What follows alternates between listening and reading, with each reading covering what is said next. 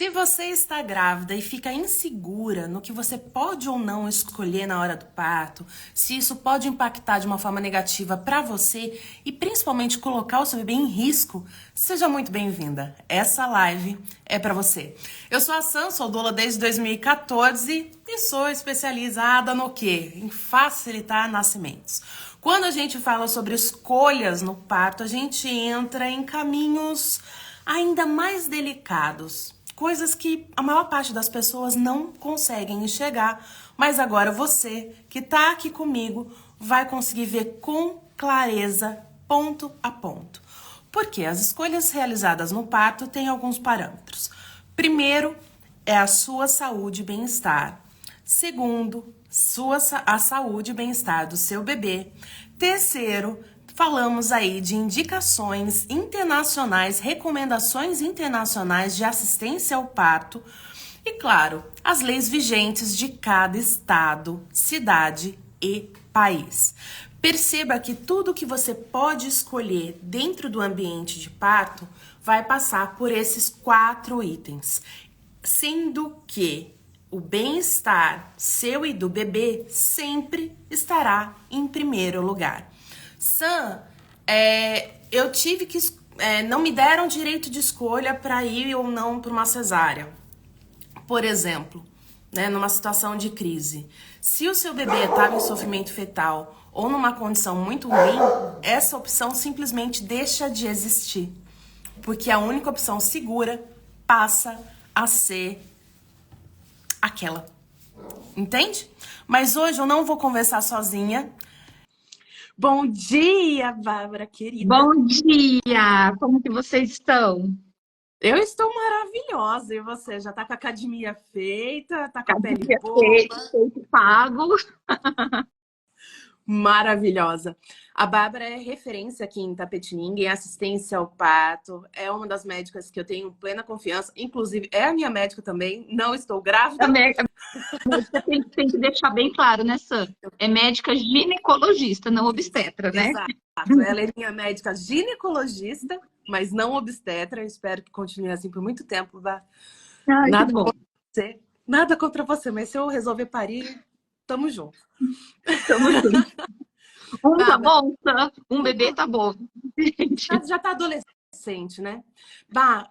Primeiro, eu quero agradecer a sua presença aqui, a sua generosidade em estar aqui com a gente para tirar as dúvidas, porque eu percebo que muitas gestantes têm medo de fazer plano de parto, têm medo de falar não para o médico, tem mulher que tem medo até de recusar exame de toque durante o pré-natal, porque elas não sabem como que isso vai impactar, se pode atrapalhar em alguma coisa, se pode influenciar na saúde delas, se pode fazer algum mal para o bebê. Então, ter você aqui com a gente, né, que é uma médica super experiente, uma médica baseada em evidências, tirando as dúvidas, né, das gestantes, faz, assim, é muito valoroso. Eu falo que é um diamante, realmente é um diamante. Obrigada. Imagina, eu que agradeço você por me convidar para participar. E também, como você é uma pessoa que já tem curso, já, enfim, já está nesse engajamento do parto há muitos anos, é muito bom também eu poder chegar, né, com a minha medicina, com a forma que eu acredito, para as pacientes também, né? Que a gente consegue abranger um número maior de mulheres para dar informação. Então, eu agradeço muito vocês pela convite, né? Por estarem aqui. E lembrando, Sam, você falou uma coisa, que tem paciente que tem medo de recusar o exame de toque ou de recusar alguma intervenção. A forma da gente melhorar isso é com a informação. Então, muitas vezes, a paciente não vai deixar para se informar no dia do parto ou quando começar a contração de treinamento. Uma paciente e um acompanhante que estudou o parto, que sabe o que está acontecendo com ela, e sabe as reais indicações de cada intervenção, ela vai ter mais segurança para falar não. Porque muitas vezes a paciente fica insegura de recusar porque ela não tem empoderamento daquilo que ela está falando. Ela não sabe se, ela duvida, porque ela não tem, às vezes, um conhecimento construído ao longo da gestação. Por isso que a informação é muito importante. E muitas vezes só o pré-natal não é suficiente para dar toda essa informação. Porque, assim, é muita coisa sobre parto. No pré-natal, por exemplo, pré-natal médico, A gente vai falar de tudo que é da parte médica. Vamos falar de parto também. Porém, é importante a paciente ter o acompanhamento multiprofissional, com doula, com enfermeiro obstetra. Por quê? Porque cada pessoa da equipe vai montando uma pecinha do quebra-cabeça para construir as informações da paciente. Sim, sim.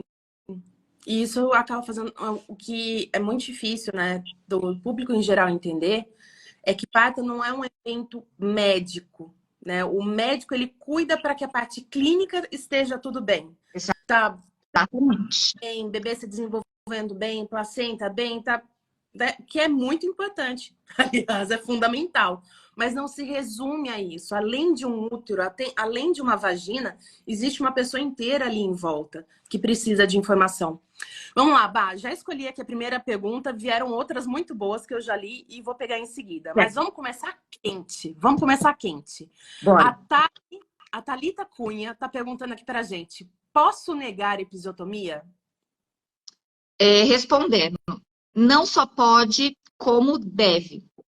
Mas tem algumas coisas que a gente precisa colocar aqui. A episiotomia não tem evidência científica que ela traz benefício. A gente não pode colocar para um paciente algo que a gente não tem evidência que traga benefícios e que nós já temos evidências que traz malefício. Então, sim, a paciente pode negar a episiotomia, porém, essa assistência ao parto. Tem muitos hospitais que você vai que o parto vai ser feito cheio de violência. O paciente vai ser colocado em litotomia. Existe, infelizmente, ainda algo que já é proscrito, chamado manobra de Christeler, excesso de ocitocina. Tudo isso faz com que o bebê fique bombando no períneo, bombando. Então, assim, às vezes, no final, algum médico faz uma episiotomia. É horrível, não é para fazer episiotomia. Mas a melhor forma para o bebê nascer sem episiotomia é que o parto venha todo bem conduzido, sem essa pressão excessiva no períneo da mulher. Porque aí, com certeza, esse períneo vai rasgar, pode ter lacerações graves. Não sei se deu para ser clara. Sim, o que eu falo bastante para elas, Bá, é que a forma que o parto é conduzido realmente conta muito. Então, não adianta só negar a episiotomia. Se aquele médico, a forma dele atender o parto, o melhor que ele sabe fazer é com a episiotomia, às vezes você fica numa situação muito complicada. Porque Exato. não tem qualidade, será que dá para usar essa palavra? De acompanhar aquele parto de outra forma. Então, uma série de intervenções que sem a episiotomia fica ainda pior. É isso. Mas é o jeitão que aquele cara tem para assistir. Então, antes do parto, é quando ela tem que pensar bem onde ela vai ter o bebê, né? E perguntar, inclusive, disso. Posso negar a episiotomia? Posso escolher Exatamente. a opção de ter o bebê? Porque Né? E eu já legal. presenciei, principalmente já na minha formação, partos que aquele períneo bombando, excesso de contração por ocitocina, sem bomba. Já presenciei Cristeler. Aí, nesse caso, às vezes, a episiotomia nunca é boa. Você abre uma episiotomia, se alivia, é melhor do que você deixar aquele períneo, de repente, ter uma laceração mais grave. Então, assim, para a gente chegar na ponta, que é não fazer episiotomia, a gente tem que começar um trabalho desde o começo do parto. Posição livre, períneo, contração efetiva, sem ser super contrações, Uhum. ocitocina só se necessário, porque aí esse bebê vai ter um desprendimento e não vai precisar, não vai ser feita episiotomia, entendeu? Agora, se você está num lugar que o melhor que aquele profissional pode fazer é isso, aí é difícil. Por isso que é importante conhecer quem vai acompanhar seu parto. Sim. Conhecer ou estar muito bem informada. Para desde o começo você começar a negar intervenções desnecessárias. Não sei se eu fui bem clara. Chegar na hora certa no hospital, não internar muito cedo. Exato, pedir posição livre na hora Posição livre para só pôr ocitocina, só colocar ocitocina se realmente a contração não tiver efetiva, porque a gente não precisa bombar o períneo de contração. Pedir para não fazer puxo dirigido, porque o puxo dirigido nada mais é do que você fazer uma prensa abdominal, que também está lá socando aquele períneo. Então, tudo isso contribui para a laceração grave. Sim. E a maior parte das mulheres, a primeira coisa que elas falam para mim é: não quero laceração. Eu falo, ok, não quero laceração. Vamos aprender a respirar, vamos aprender, né, a ter esse bebê de uma forma bacana. Ah, me passa uma dica. Não é uma dica que resolve, né? Não é uma coisa única. A gente precisa trabalhar de um jeito mais. Se é algo importante para você, você precisa realmente estar mergulhada nisso. E fora Bah, que, então, tem uma coisa também. Laceração não é uma intercorrência no parto. A gente uhum, precisa entender que laceração pode acontecer no parto e não é uma intercorrência, igual quando a gente fala de uma atonia, né, de um descolamento de placenta. A laceração, ela pode ser fisiológica do parto. Eu não posso garantir para uma paciente que ela vai ter o períneo íntegro, mas uhum, eu posso garantir que num parto respeitoso, em que a paciente está conectada com o corpo dela, e num parto em que a paciente está deixando o processo fluir fisiologicamente, a chance de laceração é menor. E se ocorrer uma laceração, ela vai recuperar de forma rápida, de forma fisiológica. e as chances de lacerações graves diminuem, né? Esse é o ponto. Laceração, a gente rolou uma live aqui com a Renata Olá, que é fisioobstétrica, maravilhosa. Você conhecer ela, você vai amar a Ah, Rê. vou começar a seguir também. Ela é muito boa. E ela trouxe pra gente que temos 80%. As chances de laceração no parto são de 80%. Mas as chances de laceração grave de nível 3 a 4 grau são muito menores. São muito mais baixas. Então, quando a gente se prepara para um parto, não ter laceração nenhuma é uma cereja no bolo, Não é o né? Você foco, fala, né? sim, mas se tiver de primeiro, segundo grau, você ainda mandou muito bem. Terceiro e quarto já é sinal de uma assistência violenta ou de algo que foi muito errado, força fora de hora, um períneo que estava muito fraco e por aí vai. Não é para acontecer. Isso não é. Exatamente. E assim, às vezes, raramente, muito raro, é menos de 3%, pode acontecer uma laceração de terceiro, de quarto grau, mas na maioria das vezes, se for bem cuidada, bem assistida, essa laceração vai ter um bom prognóstico. Resolve também. Sim. Uma dúvida aqui que também é muito boa. Tem muita gente que assiste a gente, Bah, e tá fora do Brasil. Temos muitas brasileiras para fora.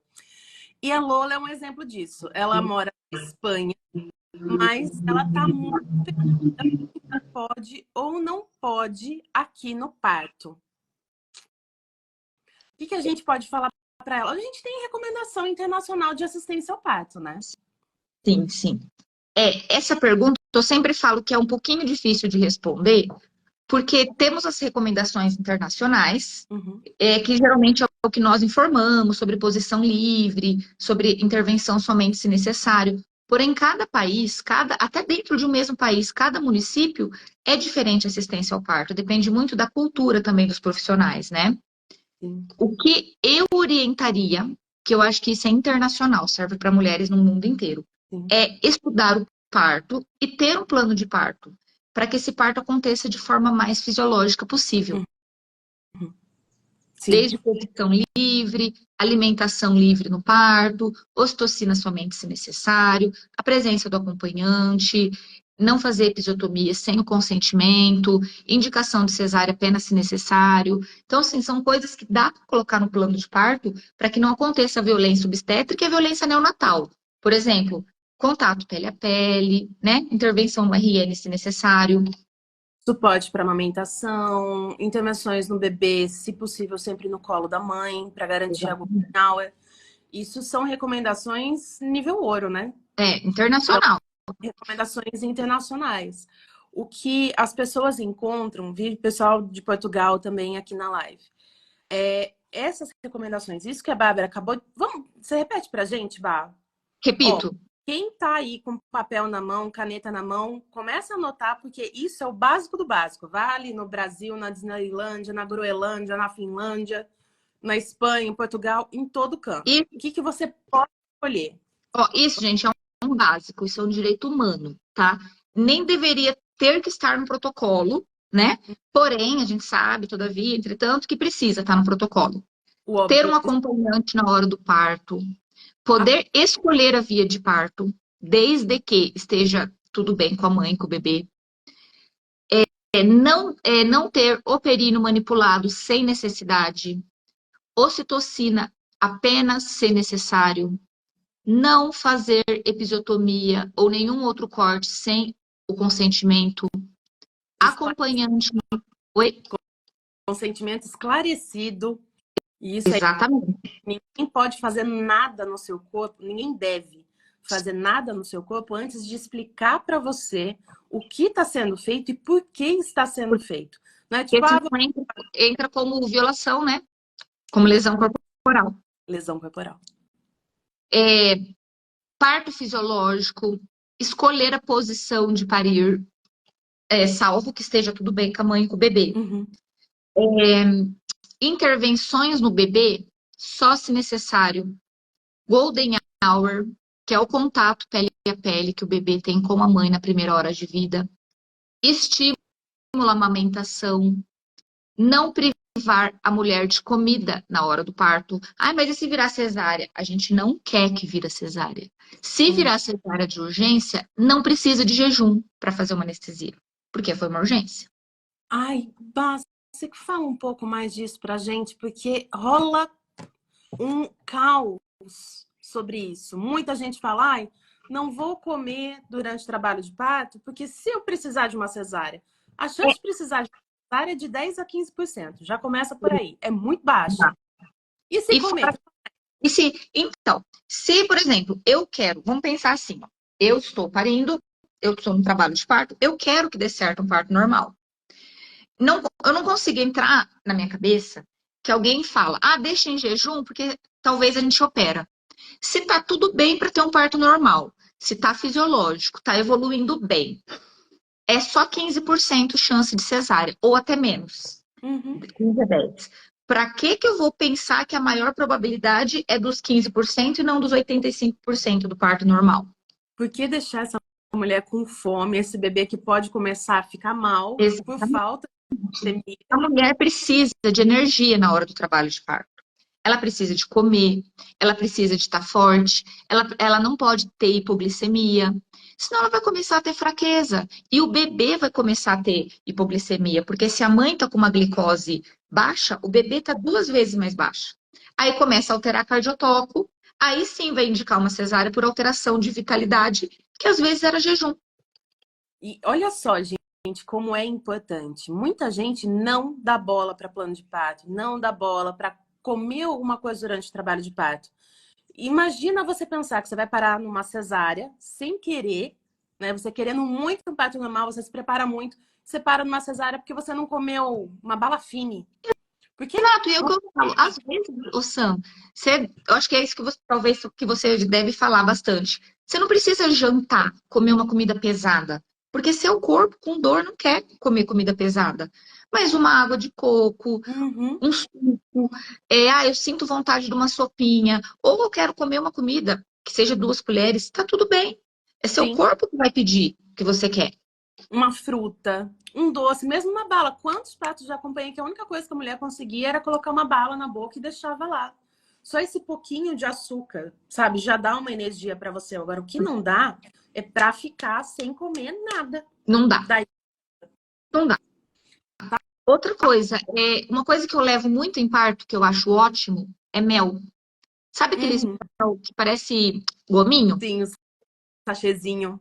É ótimo, porque é uma energia rápida, leve, mas tem que ver se a pessoa gosta também, que não é toda mulher que gosta de mel. Um pedacinho, um sachêzinho de mel, frutas secas, sabe? Que também é energia rápida. Sim. Um chocolatinho, uma barrinha de chocolate, se a mulher não for diabética, né? Mas com diabetes, você acha que um quadradinho de chocolate vai fazer mal durante o parto? Não, porque às vezes a gente faz soro glicosado quando a mulher está muito tempo em jejum. Eu tinha dúvida sobre isso, porque bastante gente fala, eu sou diabética, eu posso comer, por exemplo, a tâmara durante o trabalho de parto, mel durante o trabalho de parto. Daí fica naquela paranoia de não, tem que ser diet, tem que ser isso, tem que ser aquilo. Eu falei, mas é só durante o trabalho de parto e parece ser tão pouco. E assim, não vai alterar tanto a glicemia, porque essa mulher tá sem comer, geralmente não come igual. Então é um pedacinho. Uma coisa que é muito boa também, que fica uma dica, é doce de leite. Ai, sim. É bom porque ele não tem muita, não é aquele boom de gordura. Você come, sobe sua glicemia rápido, é gostoso e é mais palatável, né? Porque às vezes a mulher quer coisa mais palatável na hora do parto. Sim. Oba, essa daqui é capciosa, é pergunta para mim, bom responder. Socorro. Vamos lá. Quem tem a Daiane Rocha tá perguntando pra gente. Quem tem diabetes gestacional, porém controlada, tem a necessidade de induzir o parto ou pode esperar até a vontade do bebê nascer? Ó, diabetes gestacional, a gente tem que ver duas coisas. Esse diabetes é com insulina ou ele é sem insulina? É assim, para a gente ter um parâmetro. Mas um diabetes gestacional bem controlado, a gente, pelos protocolos do Ministério, são 40 semanas. Porém, se você está tendo acompanhamento 1 para 1, que é com o médico de assistência sua, assim, particular seu, você pode esperar mais um pouco para esperar o trabalho de parto, mas fazendo acompanhamento desse bebê com Doppler. Tá. Mas Não assim, dá pra Deus dará, assim, tipo, ah, não, não, vai na hora não. que você quiser. Não, porque você está colocando risco. E diabetes é uma das doenças que tem mais risco de causar óbito fetal intraútero. Então, assim, a gente fica esperto com diabetes, porém, acompanhamento 1 para 1. Você vai fazer um Doppler, uma cardiotoco, você vai estar ligado no seu médico. Ok, dá para esperar. Porém, se é uma paciente que de repente vai ganhar com plantão, vai ganhar no SUS, eu não acho que vale a pena, sem acompanhamento, você esperar mais que 40 semanas. Coloca em risco. E Coloque assim, isso. então, é uma ótima opção, gente, quando precisa ser feita, né? No caso da diabetes gestacional, é protocolo justamente por ter mais risco para o bebê continuar essa gestação hum, por um tempo prolongado, além do tamanho, né, Bá? É, Tem a macrosomia, mas tem a parte de nutrição desse bebê também, não é? e não vale a pena, porque diabetes é uma das doenças que mais pode dar óbito fetal intraútero. Uhum. Então, assim, mesmo bem controlada, vai ganhar no plantão, tem um plano de parto, vale a pena você ir, não quer dizer que tem que ser cesárea, mas já começar uma indução com calma, você ficar monitorizada, começar a já preparar esse bebê para nascer. Acho que é uma briga que não vale a pena. É. Eu E acho. é Acho não, sobre com isso. evidência. Sim. Sobre Então, isso que a gente não tem que achar nada, né, Sam? A gente tem que seguir evidência, né? exato. É esse o ponto. O que que os estudos trazem pra gente? O que que é seguro? Eu entendo que ninguém está aqui querendo um parto normal a qualquer custo ou colocar o seu filho em risco, né? E quando a gente fala de via de nascimento, eu sempre bato na tecla, eu sempre vou defender a via de nascimento mais segura para o bebê. Se precisa Exatamente. de indução, pô, se prepara para uma boa indução. Vai viver uma boa indução. E a Sabe? indução, se bem feita, ela é ótima. É ótima. Sim, Tem sim. mulher que fala, ai, sofri tanto na indução, meu medo é de virar cesárea. O que a gente precisa entender e desmistificar que um bebê que passa pelo trabalho de parto, por uma indução, mesmo que não nasça de parto normal, é um bebê que foi preparado para nascer. Ele nasce melhor do que você simplesmente cortar a barriga e tirar um bebê que não está preparado, que não foi avisado. Ele recebe os hormônios do trabalho de parto e isso meio que ativa a criança. É muito doido. Exato. Esses hormônios sinalizam ele para preparar o sistema respiratório, para entrar mais em microbiota com a flora vaginal da mãe, que vai dar proteção para ele. Está sinalizando. Então, é um bebê que foi avisado. Eu dou um exemplo assim: você está dormindo, alguém chega, cutuca você devagar, fala: Ó, tá na hora de levantar. Aí, devagarzinho, acende a luz aos poucos, você vai levantando. Aí, depois abre a janela. É uma coisa. Agora, imagina que tá num sono profundo, alguém joga um balde de água fria em você e acende a luz. É um trauma, é um susto. Eu falo Sim. que é a diferença da indução e da cesárea sem indução. Ai, olha aqui. A gente falou, comentamos sobre, mas muita gente tem dúvida. Vou trazer aqui pra gente comentar, pra você comentar pra gente. Bah, a Sam fala o seguinte: qual o momento correto de iniciar o exame de toque? No pré-natal ou só durante o trabalho de parto? Na medicina, é, qualquer prática clínica, todo exame tem que buscar algo. Uhum. Então, primeiro, a gente vai colher a história do paciente. Se a paciente chega com sintomas de dor, contração, ou de repente de peso no pé da barriga, ela tem um sintoma que Sangramento. sangramento, tem um sintoma que vai justificar o fazer um toque. Então, independente da idade gestacional, tem paciente que chega com contração de 20 semanas, de 19, a gente vai fazer um toque, porque o sintoma dela tá justificando. Agora, a paciente pode estar de 40 semanas, um baixo risco. Se ela não tiver um sintoma que justifique, não tem por que eu fazer toque. Não é rotina no pré-natal. Não é e não deve ser. E daí, durante o trabalho de parto, quando Durante o trabalho de parto. tá, até que ponto pode se aceitar ou negar o exame de toque? Geralmente, quando a pessoa chega em trabalho de parto na maternidade, a gente costuma fazer um exame para quê? Para ter um parâmetro de que fase do trabalho de parto aquela mulher tá. Depois, pela Organização Mundial de Saúde, o toque deve ser feito de 4 em 4 horas na mulher, exceto se tiver algum sintoma, algo que justifique você fazer antes. Mas quem tem prática já de acompanhar parto, de contar as contrações, de ver os sinais, porque o parto não é só o toque, não é só a dilatação, ele dá sinais no corpo da mulher. Às vezes você nem precisa mais fazer toque durante o trabalho de parto. Você faz na admissão, porque é importante, logo, eu não conheço a paciente, preciso saber como é que está esse parto. Depois você vai acompanhando contração, posição, até a forma que a mulher vocaliza já indica pra gente em que fase está aquele trabalho de parto. Sim. A gente não precisa ficar tocando toda hora. Sim, eu falo bastante isso no curso. Quando a mulher está em trabalho de parto, tá evoluindo, ela muda. E você observa isso. E quem já acompanha, né, mais parto, está presente em parto ali de verdade, tem muita coisa que você pega só no olhar, né? Só no treino. É muito, muito massa. É que, infelizmente, na nossa cultura, né, a gente aprendeu, e isso as faculdades ensinam, que parto é dilatação e grossura do colo. Ah, o colo tá fino, ah, o colo tá grosso, sabe? O parto não é só o útero, gente. Aliás, não é nem o útero, o colo do útero. O parto é o corpo todo. Inclusive, a parte emocional, psicológica. Você, com a prática no parto, você consegue saber quando aquele bebê está perto de nascer.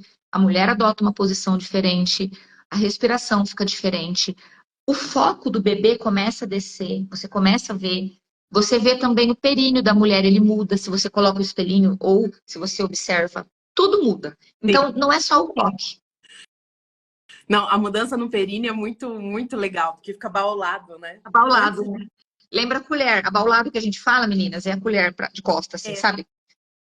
Que nem eu tenho colher. uma vulva aqui, pra ver se dá pra fazer. É muito doido.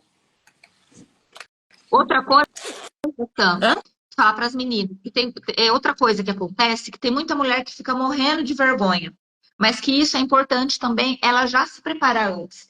Que pode acontecer de sair fezes na hora do trabalho de parto, principalmente quando o bebê está lá embaixo. Sim. Por quê? O canal da vagina e ânus está um do lado do outro. Se a cabecinha está descendo, acontece um esvaziamento da ampola retal. Aí, a hora que a gente vê que sai um pouquinho de cocô, a gente olha e fala, esse bebê está descendo. Então, a gente já fica preparada. Já faz fé. E aí, tem mulher que fica com vergonha. Mas eu falo, é muito normal. É muito normal. Eu acho que dá para ter uma ideia. Então, a gente tem aqui a vulva antes do bebê nascer, tá? Às vezes até sem ter dilatação total. Você observa que fica assim, ó. Tá vendo? Fica arredondadinho. Mais aqui para baixo, na verdade. Mas é que a minha vulva acaba aqui. Ela força bem aqui, ó. Essa partinha do períneo. Fica bem arredondadinho. E depois que o bebê começa a aparecer entre os lábios. É muito doido. Você vai precisar fazer... Vai precisar fazer toque aqui pra quê? Pra fazer um cafuné na criança? Não tem necessidade. Mas assim, às vezes o toque é mais pela ansiedade do profissional do que pela necessidade. Sim, e das mães também, porque tem muita mulher que eu sei que vai lá e fala, ai, quanto tá a dilatação? Que acha que a dilatação é o relógio do parto. E não é. Não é. Ai, tem que sentir seu corpo, né, Sam? É. A Tata tá perguntando sobre o exame de toque. Se ela pode escolher se pode ser feito por um médico ou por uma médica. Assim, se você está no hospital e você se sente mais confortável com uma médica, né, por ser mulher, você pode falar assim para a equipe: olha, eu gostaria de ser atendido por uma mulher. Mas pode acontecer de naquele serviço não ter o profissional disponível, né? Uma mulher, por exemplo, se é um hospital que só tem homens de plantão. Uhum. Aí é uma situação de saia justa, porque o hospital tem que te dar assistência. Eles estão disponibilizando um profissional. E a obrigação do hospital é disponibilizar um profissional, mas não tem assim a questão do sexo. Você poderia sim sugerir, mas será que tem uma médica disponível aquele dia, naquele plantão, para te dar suporte? Você pode pedir, mas não é garantia de ser atendida. Eu não sabia que poderia ter esse tipo de, de escolha. Nunca pensei. Sim, nunca. É que assim, é um profissional, ponto. Então, independente do sexo, ele está ali capacitado para te dar uma assistência. Mas se a mulher, por algum motivo, se sente desconfortável, aí tem duas opções. Ela pode já se programar antes para ter a profissional de confiança dela, que aí é uma certeza que vai ser uma mulher que vai atender, ou no dia do plantão conversar com a equipe. Olha, eu gostaria, eu me sinto mais confortável com médica, mas se não tiver, eu acho que não tem o que fazer. O hospital vai ter que dar assistência. Aí vai ter que conversar. Olha, aqui a Cauane voltou no assunto do exame de toque, mas é importante, eu acho que é importante a gente reforçar também. Ela fala sobre o toque. Não posso recusar 100%, então, como é o protocolo para internamento, saber quanto está de dilatação a mãe está, né? Quanto de dilatação a mãe está, eu preciso aceitar e pronto. É. É assim, é o que eu falo. Às vezes, quando a gente vai para o plantão, a gente precisa seguir algumas normas do hospital. Por quê? Porque senão você vai perder a sua segurança. É diferente de você ter, por exemplo, a sua enfermeira obstetra. Tá com você na sua casa, hora que vai para o hospital, ela te toca antes. Então você já chega no hospital sabendo com quantos centímetros você tá. Mas você tá tendo assistência de uma profissional do parto. É Uhum. uma coisa. Agora, tô sozinha em casa, sei que eu tô com contração, vou chegar no hospital. Por que que eu não quero ser examinada? Entendeu? Aquele profissional acabou de te conhecer. Ele não conhece seu corpo, ele vai acompanhar seu parto, ele precisa ter um parâmetro que estágio do trabalho de parto você tá.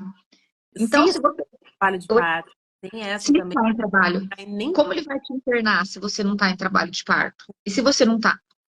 Ou se você está bem inicial, que ainda daria para andar um pouco, comer, dar uma volta e voltar depois. Sim.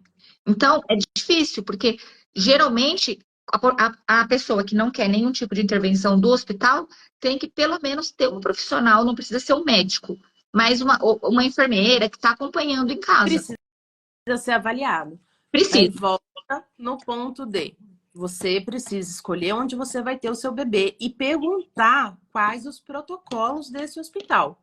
Então, o tempo de indução, quanto esse hospital espera, né, que o teu trabalho de parto comece espontaneamente, vai variar. Né? Mesmo aqui no Brasil, eu falo para elas, eu acho que elas não acreditam em mim, mas varia desde, tipo, cidade, estado que você tá, muda muito. Daqui para Sorocaba, por exemplo, o limite de espera para realizar uma indução dentro do SUS muda demais. Dentro da Exato. cidade de São Paulo, né, que é a capital, a gente tem maternidades que esperam muito mais e algumas que esperam quase nada. Tem outras que não induzem. Exatamente. Então, tudo tem que ser assim, visto. Às vezes a gente não quer nenhum tipo de intervenção, mas a gente conhece aquele hospital, a gente não sabe como que é o atendimento, como que é a rotina daquela equipe, a gente não vai. É importante ser avaliado. Você tem que ser avaliado por alguém. Não dá para você não querer nenhuma intervenção, mas também não correr atrás de outro tipo de suporte, não conhecer sua maternidade, porque aí fica complicado, você coloca seu parto em risco. E entra naquela, você quer um nascimento seguro. Se você Seguro. quer um nascimento, você precisa ter assistência clínica adequada durante esse trabalho de parto. Então, Exatamente. algumas são opcionais e outras coisas, não. Não tem como fugir. Vamos ver aqui. Elas queriam saber, eu vi aqui uma pergunta, se que podia recusar a ocitocina E quando a ocitocina é bem-vinda? Quando aceitar a ocitocina? Certo. A ocitocina, muitas vezes, é vista como vilã do parto, né? Só que a ocitocina salva muito o parto normal. Por quê? Se você não tem uma contração efetiva, o que seria uma contração efetiva? 3 ou mais contrações em 10 minutos, com duração de 40 segundos ou mais e ritmada.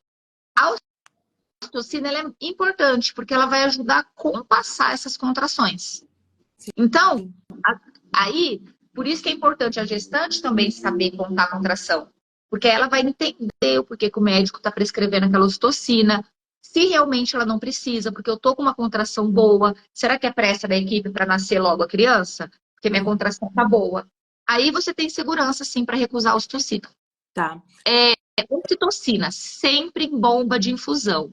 Nunca deixar colocar a ocitocina em soro aberto, porque aí você tem risco para a mãe, cardiovascular e risco para o bebê. Jura? Tem diferença? A Sim, bomba é aquela maquininha. a bomba é aquela maquininha que ela vai programar quantos ml hora você vai receber de ocitocina. E aí você consegue ver de acordo com as contrações se eu preciso aumentar ou se eu não preciso aumentar. Se você coloca ocitocina sem bomba, você não sabe quanto que está correndo dentro da veia da mulher. E é um hormônio que tem efeito cardiovascular. Sim. Então, pode dar, e fora que dá sofrimento fetal. Vamos pensar, a ocitocina é o motor do útero. Se você está com soro aberto de ocitocina, o útero vira uma pedra. O útero em pedra. A hora que o bebê recebe oxigênio no trabalho de parto é quando o útero relaxa entre as contrações. E aí chega sangue para o bebê. Vem uma nova contração, útero em pedra. Se eu tô com o soro aberto de ocitocina sem dar tempo para essa mulher descansar, bebê não recebe sangue, porque o útero tá lá, uma pedra. Sofre bebê. Fora que o hormônio tem efeito na circulação da mãe. E aí pode aumentar risco de AVC, de muitas coisas. Então, é ótima a ocitocina, mas bem usada, indicada e com bomba, para saber o tanto que vai vir. Pouquinho. E então ela sabe que a mulher sabe que pode recusar a ocitocina se for né, assim, padrão. Internou ocitocina, por exemplo. Não é ocitocina para todo mundo. Não. Para usar ocitocina, essa mulher tem que estar fora, com contração inefetiva, que não está evoluindo, e também tem que estar com o colo preparado, já tem que estar lá com seus 7 centímetros, 8 centímetros. Não adianta pegar uma mulher com o colo fechado, que nem um funil, e colocar ocitocina, não vai resolver nada. Aliás, uma mulher com o colo fechado nem era para estar no hospital, né? Exato. Se for induzir com o colo fechado grosso posterior, vai ser com miso e não com a ocitocina. Ou com balão, né? Se for cesárea anterior, mas não é com ocitocina. Então, nesse caso, ela pode recusar. Ah, é uma cesárea anterior, vai induzir com ocitocina, colo fechado. Peraí, se ela estudou, ela sabe que o melhor método para ela não é a ocitocina, é o balão. Então, ela vai poder questionar e recusar. Sim. Então, se a mulher chegar na maternidade e logo oferecerem ocitocina, ela pode recusar, porque ela sabe que ela está acabando de chegar. Né? Não tem por que ser assim de padrão. Ou ela Dá para ela. perguntar qual que é a indicação de ocitocina, como tá meu colo. Não sei, porque ela vai entender. Ah, mas vamos supor, primigesta, nunca teve cesárea. Não seria melhor começar com o comprimido? Ou e o balão? Mas é lógico, gente, todas vocês não vão aprender isso às vezes assistindo uma live, mas é muito estudo, muita leitura para começar a entender tudo o que acontece dentro do parto. Conseguir ficar mais segura. Então, se você tá lá em trabalho de parto, já uma contração atrás da outra, você sente o bebê descendo, você sente o bebê vindo, não tem por que ter ocitocina. Outra aplicação de ocitocina que me perguntam bastante, só para a gente fechar o tópico ocitocina, é o uso da ocitocina pós-parto para evitar hemorragia.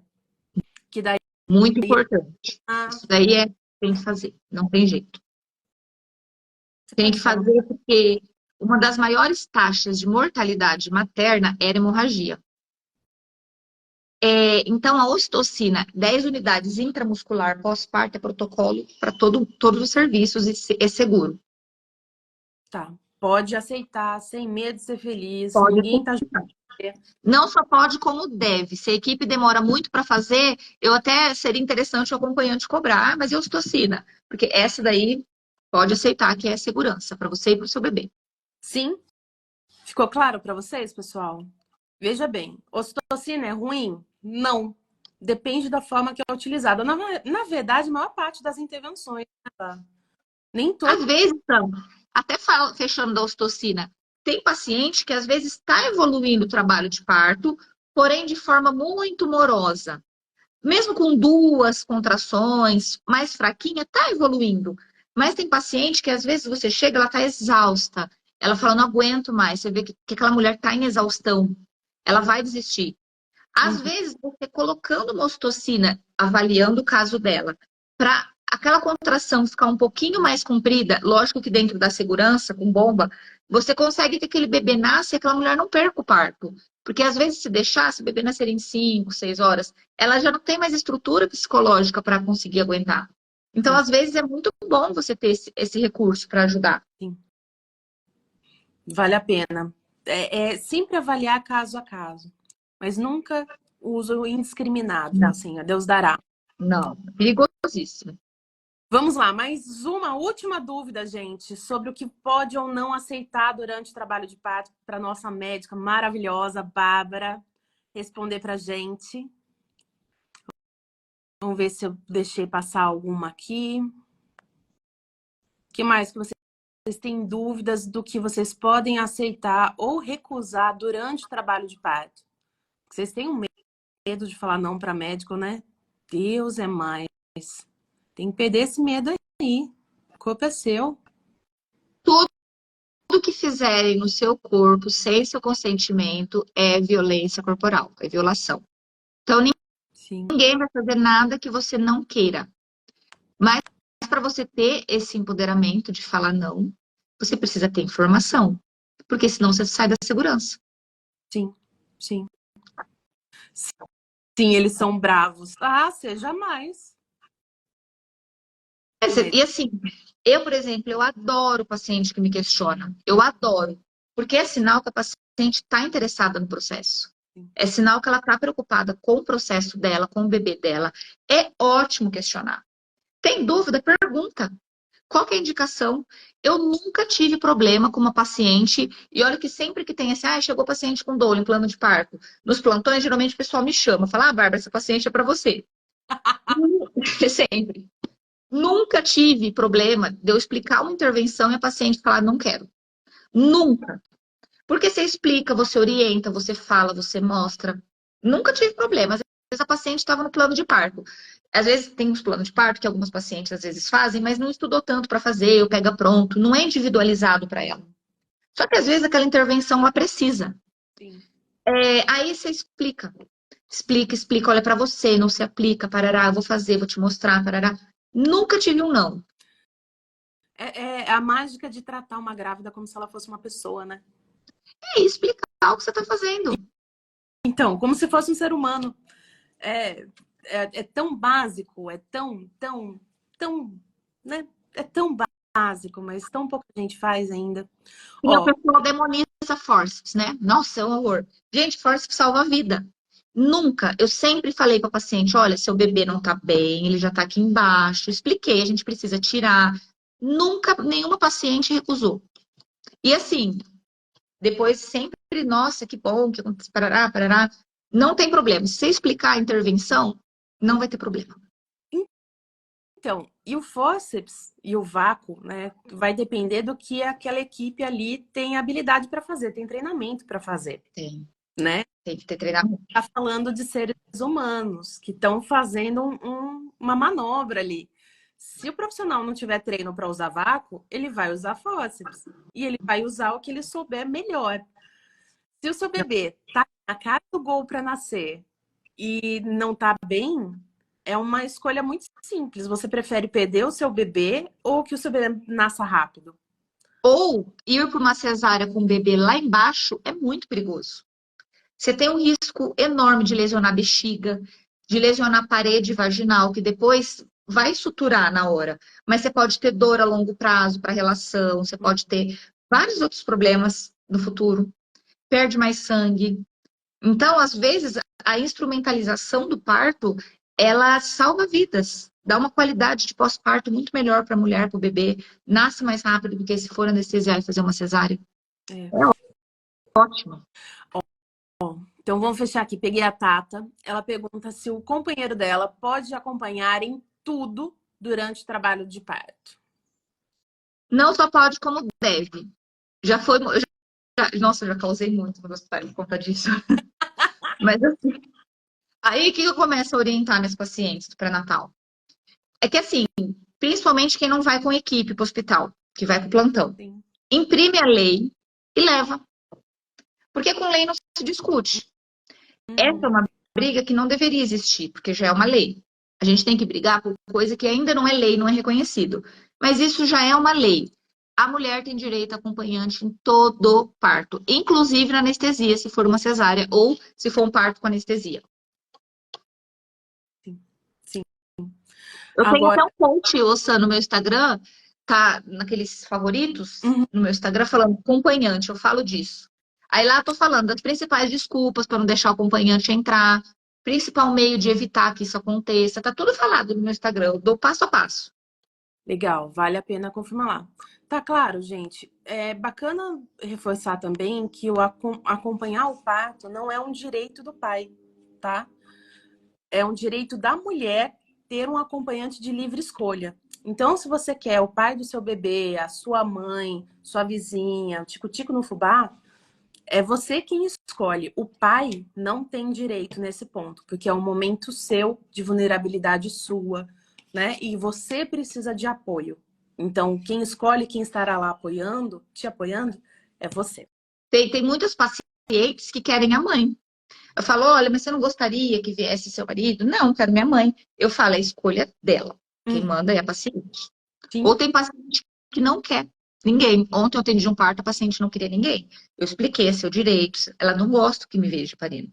Aí eu já falei para a equipe, o acompanhante então vai aguardar lá fora, porque ela não quer. Essa é a privacidade dela. Sim. Não, maravilhoso. Quando a equipe abraça, né, e garante os direitos da mulher, muda completamente o cenário. Bah, a gente fica por aqui. Eu adorei o nosso bate-papo. Eu Eu espero que amei vocês tenham também, adorei. gostado também. A live vai ficar salva, então para quem perdeu, podem voltar, aproveitem bastante, porque vale diamante. Beijo da Lola. Obrigada pelo convite, um ótimo final de semana para todos que estão aqui, para você. Obrigada, meu bem. A gente se vê quarta-feira na minha consulta. Essa consulta.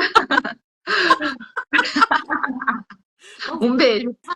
Ultrassom, se eu escutar um coração, nesse ultrassom. Ai, Não vai. Um até. beijo. Até.